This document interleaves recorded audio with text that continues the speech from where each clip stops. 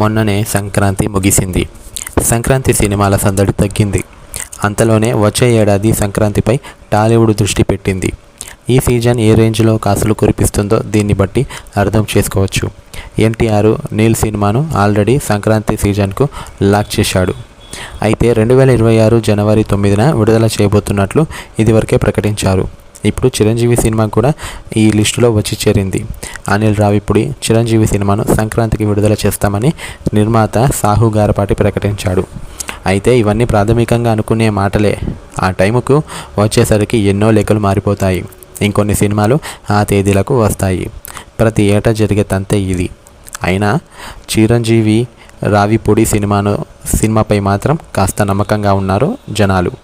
సంక్రాంతి బరిలో రావిపూడికి మంచి track record ఉంది. ఈ ఏడాది సంక్రాంతికి వస్తున్న సినిమాతో పెద్ద హిట్ కొట్టాడు. దీంతో సంక్రాంతి సీజన్ ఇతడికి సెంటిమెంట్గా మారింది. అటు చిరంజీవి కూడా సంక్రాంతికి వచ్చి చానాళ్ళయ్యింది. ఈ ఏడాది జస్ట్ మిస్ అయ్యింది.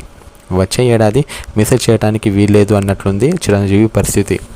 ఎటొచ్చి ఎన్టీఆర్ ప్రశాంత్ నీలు సినిమాపై మాత్రం చాలా డౌటే ఉన్నాయి. ఇటు ఎన్టీఆర్కైనా అటు నీల్కైనా ఈ ఏడాది టైం సరిపోదు. వాళ్ళకు ఇంకా ఎక్కువ టైం కావాలి. అదే రావిపూడికి అయితే కేవలం 5 నెలల టైం చాలా ఎక్కువ. కాబట్టి వచ్చే సంక్రాంతికి మరి ఎన్టీఆర్ సినిమాలో సంక్రాంతి బరిలో దిగుతాడా లేదా అన్నది మాత్రం అనుమానమే. ఏదేమైనప్పటికీ వచ్చే సంక్రాంతికి వేచి చూడాల్సిందే. అంతవరకు ఎవరికి ఏమీ తెలియదు ఏమి జరుగుతుందో.